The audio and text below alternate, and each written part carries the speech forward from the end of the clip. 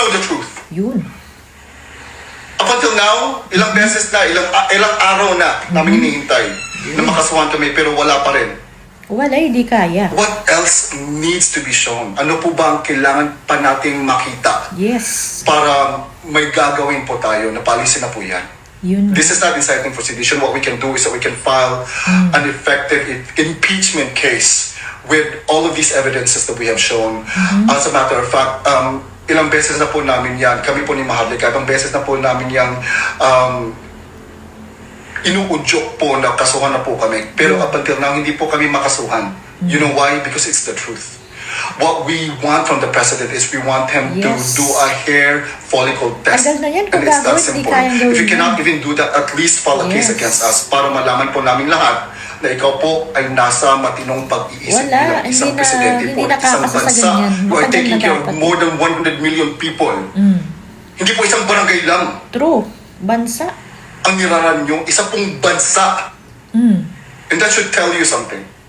They're not untouchable. Yes. The system will not fix itself because Kung the system is magkakaisa so lang talaga corrupted. lahat.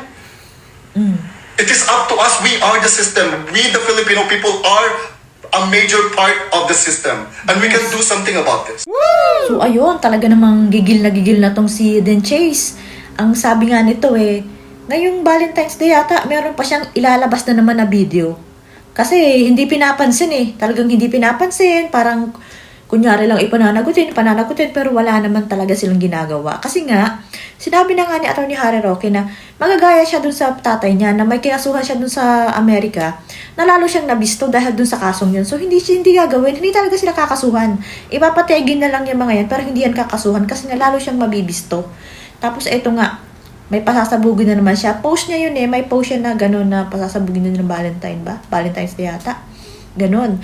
Kasi, yung video na pinakita niya, kunti pa lang yun Kunti pa lang yun. Parang pasilip pa lang talaga yun. So, abangan pa natin yung mga sinasabi. Talagang gigil na to Tsaka, iba yung laban ng mga to. Kahit buwis buhay na, itutuloy nila yan hanggang dulo. What else needs to be shown? Ano po ba ang kailangan pa nating makita? Yes. Para may gagawin po tayo, napalisin na po Grabe, yan. ginawa na nga. This is not inciting wala for kasing sedition. What we can epekto do is that we can file an effective impeachment case Iba ang tigas with ng all mukha of these ng evidences that we have mga shown. bangabangan. As a matter of fact, ilang beses na po namin yan, kami po ni Maharlika, ilang beses na po namin yung inuudyok po na kasuhan na po kami. Pero up until now, hindi po kami makasuhan. You know why? Because it's the truth. What we want from the president is we want him to do a hair follicle test. And it's that simple. If you cannot even do that, at least file a case against us para malaman po namin lahat na ikaw po ay nasa matinong pag-iisip bilang Ginawa na isang lahat ng presidente po hamon ng dyan. isang bansa. Wala. You are taking care of more than 100 million people. Hindi po isang barangay lang. True. Ang niraran nyo, isa pong bansa, Mr. President. And their respond, basically not saying about it, means that they don't care about the public. What True. the public is talking about, this is a public concern. Wala silang pake. Pera po natin ito. Ganyan sila. They paid Sa dami ng $40,000 po sa isang escort mail service. Escort kasi ang tawag doon doon sa mga on-call na They gano'n. paid more than 2 million pesos. We should be really concerned about that. That's public funds. That's misuse of public funds. That's our money. Pera po natin yan. True. At oras po natin yung ginamit nila na instead of pumunta po sila dito for a business trip, for an official business trip, on an official trip by the president. Pero iba pong ginawang trip nila. Them not responding to this is basically them telling us, fuck that scandal. Wala kayong pakialam dyan. Yes, true. Ganyan sila. They're trying to show that they're untouchable. Why are we tolerating this? Yes, wala Why is the public tolerating this information? This is not fake news. Ilang beses na namin yung pinagsasabi ni Maharlika na they need to file a case against us. They need to sue us. Yes. Because we need to find the truth. Yes, true.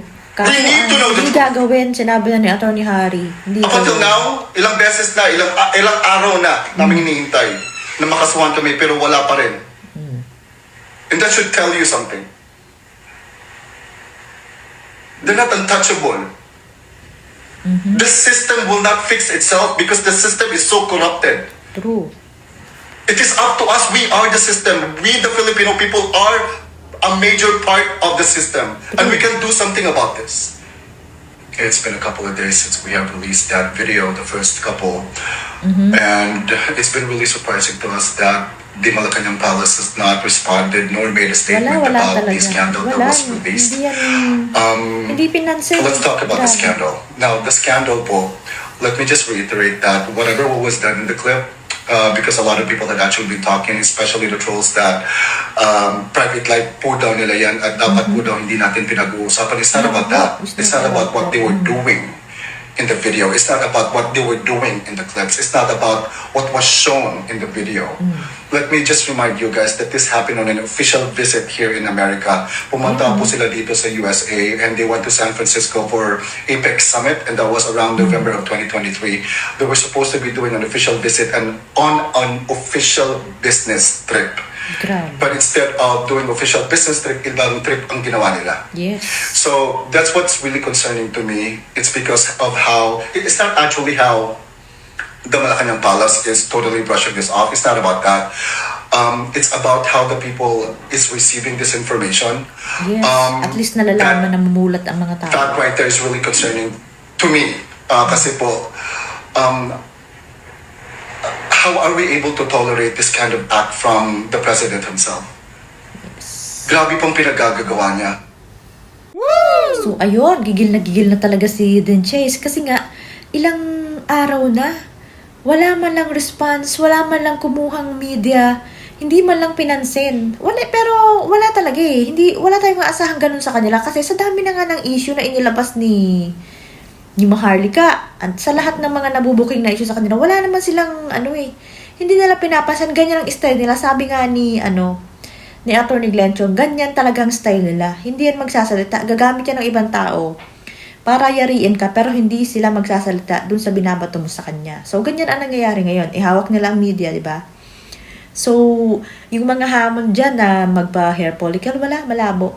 Kasi kung gagawin niya yan, noon pa yan. Dapat tapos na yan ngayon kung gusto nilang tuldukan yan. Kaso nga, totoo talaga, kaya hindi nila ginagawa, di ba? Parang silent, yung silent nga means yes, di ba?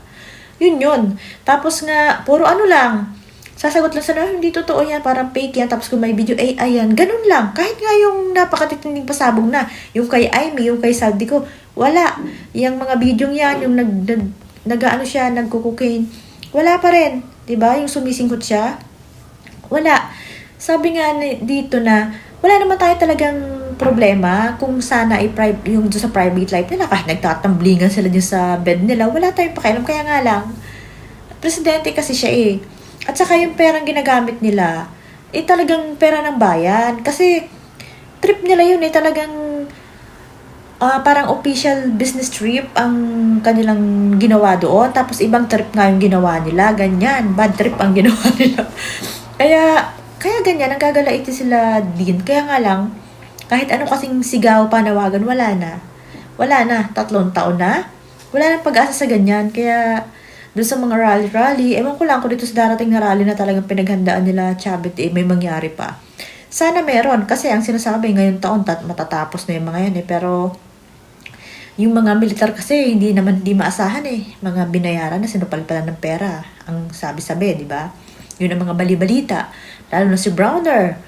Wala tayong maasahan. Kaya parang ang hirap. Kaya ang hirap gumalaw ngayon para mawala yan. Gawa ng military. Kasi yung mga ibang presidente katulad nila Erap, di ba? Bumaliktad yung mga militar kaya nagkaganon. Karamihan ganon ang nangyari. Pero ngayon talagang inalagaan nila yung mga matataas ng pwesto. Siyempre, yung mga nasa baba na ranggo, susunod lang yan.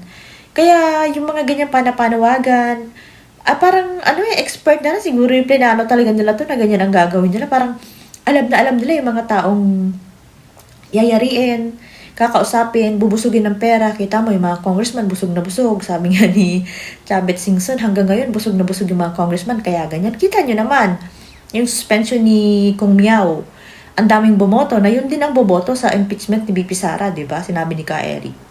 So yan, diba? Kasi busog na busog nga. Ang hirap pero magpasalamat pa rin tayo na yung mga taong nagsasalita at lumalaban pa rin para sa Pilipinas kahit ganyan ang ating presidente na dapat na talagang matapos kasi palubog na talaga, wala eh. Tapos, yung sinasabi nga din na parang wala man lang, wala talaga silang pakialam kasi nga, yung natitirang hiya nila, isang singkot na lang, wala na kaagad. Parang wala silang pake. Yun mo talaga masasabi, wala silang pake sa kahit anong sabihin sa kanila. Kasi nga sobrang naimanhid na yung hiya nila. Ganun na kataas yung level ng kakapalan ng mga pagmumukha nila. Wala kasi talagang delikadesa eh. Sa ibang bansa, hindi po pwede yung ganyang style ng presidente. Kita niyo naman. Sa Pilipinas lang talaga ganyan.